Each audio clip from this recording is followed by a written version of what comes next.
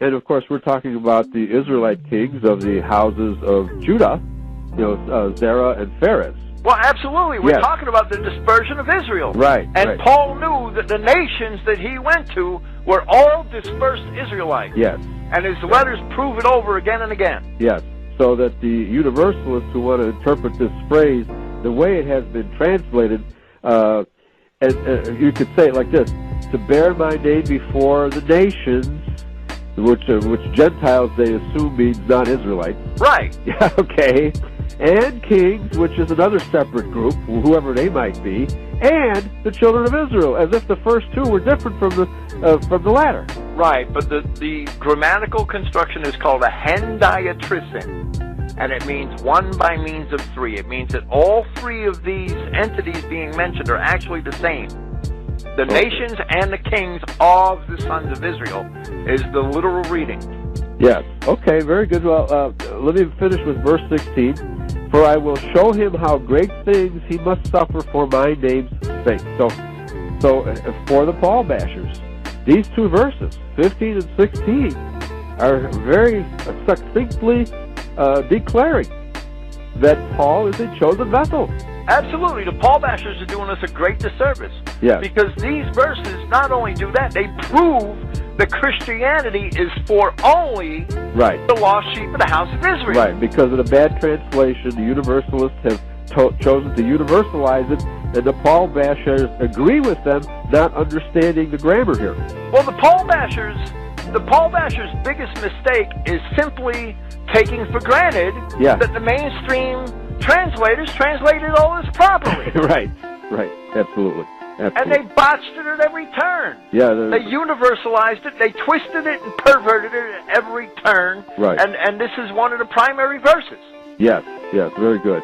So let me just, one more question before we close this evening.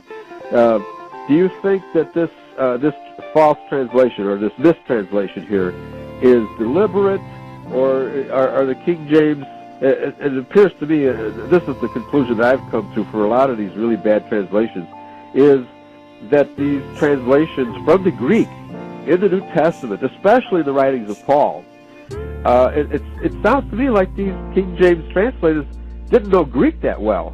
It seems to be on many occasions that they did not know Greek that well. Okay. And that men before them made errors. Yes. But the biggest error, the biggest sin, are the translators of recent times, who should know better, who after 200 years, you know, the English,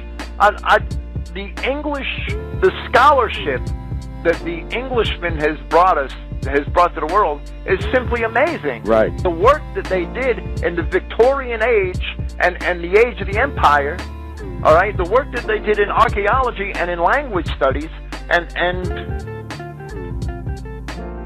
I do the best that I can to follow that legacy. Right. And that is why I use all classical English in the sense of, you know, Victorian English references.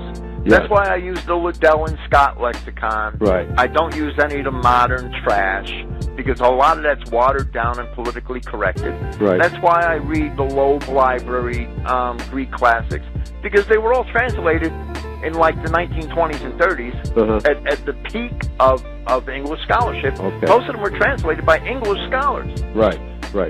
And so we can also detect in the New Testament a lot of Catholic influence as well.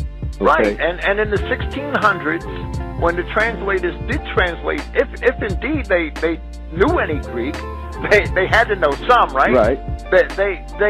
They had to universalize. They had to accept universalized interpretation. Yes. Because they knew they belonged in Christianity, but they did not know how. Right. They did not have the archaeology and the Greek scholarship and the scholarship in the classics that later generations had. Yeah, they did not understand that they were Israelites, and the Jews were making the claim that they were Israel, and so then who are we? Right. It's probably what they were thinking. They just took for granted the Jewish definitions of a lot of terms, like Gentiles. Right.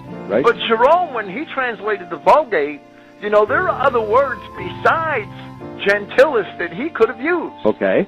But a gentilis indicates somebody of the same race. Yes. Not necessarily of the same nation, but of the same race. Of the same race, exactly. And there are other words in Latin that denote people of other countries that don't make that distinction, that don't have that connotation. Right. And the whole world has been fooled by the Jewish redefinition of the word Gentile to mean non-Jew. And it never did. And it never did. That's right. And Paul, you know, the commission here to Paul is to go and bring the name of Christ before both the nations and kings of the sons of Israel. Right. And Paul's epistles prove over and over again, and he does it to the Romans, and he does it to the Corinthians, that they are the dispersed children of Israel. Right. And if Paul was going to pervert Christianity, we'd have an epistle of Paul to the Ethiopians, an epistle of Paul to the Egyptians, an epistle of Paul to the Hutus and the Tutsis. Right. We don't have that. There's no epistle of Paul to the Arabs. There's no epistle of Paul to the Babylonians. Exactly. There's no epistle of Paul to the Edomites. Yeah, right. Paul could have very easily perverted Christianity. And the Paul bashers are just idiots for not seeing that. And of course, in other books, Paul definitely says that the Edomites are vessels fit for destruction. Of destruction, right. He does not include them among the Israelites. And he doesn't include any nation that's non-Israelite. Right. Every one of those people Paul wrote an epistle to were dispersed Israelites. Right. And he excludes the descendants of Ishmael, which is your today's Arabs, right? Absolutely. He excludes them, explicitly excludes them. Right.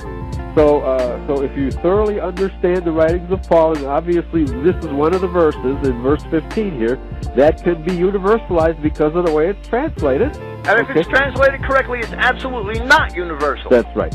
Yeah, very good. It's exclusive. Yes. Okay. That's why I wanted to discuss these last two verses in detail. Thank you, William Fink. We are making mincemeat of the universalist interpretation of the Holy Scriptures, especially the New Testament. I love this stuff. All right? So thanks for joining me on this edition of Yahweh's Covenant People.